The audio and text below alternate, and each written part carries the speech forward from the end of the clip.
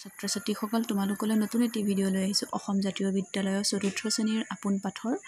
কাঁহৰ মেল এই পাঠটিৰ প্ৰশ্ন উত্তৰসমূহ ক্ৰমান্বয়ে তোমালোকলৈ মই আগবঢ়াম তোমালোকে মোৰ ভিডিঅ'সমূহ চাই যাবা ভাল লাগিলে লাইক শ্বেয়াৰ কমেণ্ট কৰিবলৈ পাহৰি নাযাবা আজি তোমালোকলৈ লৈ আহিছোঁ সেকেন্ড ভিডিঅ'টো কাঁহৰ মেলৰ আহাচোন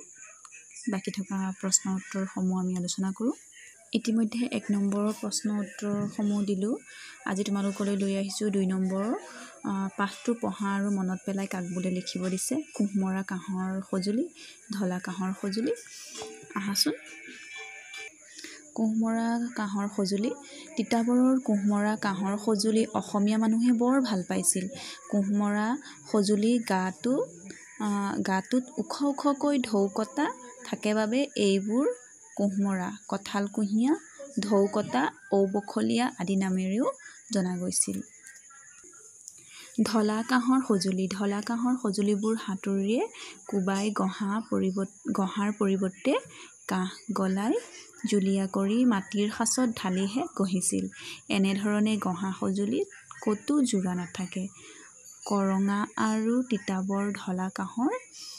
সজুলিৰ বাবে বিখ্যাত তোমালোকলৈ ভিডিঅ'টো মই ইমানেই আগবঢ়াইছোঁ ইয়াৰ পাছৰ প্ৰশ্ন উত্তৰসমূহ ক্ৰমান্বয়ে তোমালোকলৈ এটি আগবঢ়াই যাম তোমালোকে মোৰ ভিডিঅ'সমূহ চাই যাবা ভাল লাগিলে মোৰ চেনেলটো ছাবস্ক্ৰাইব কৰি থবলৈ পাহৰি নাযাবা ধন্যবাদ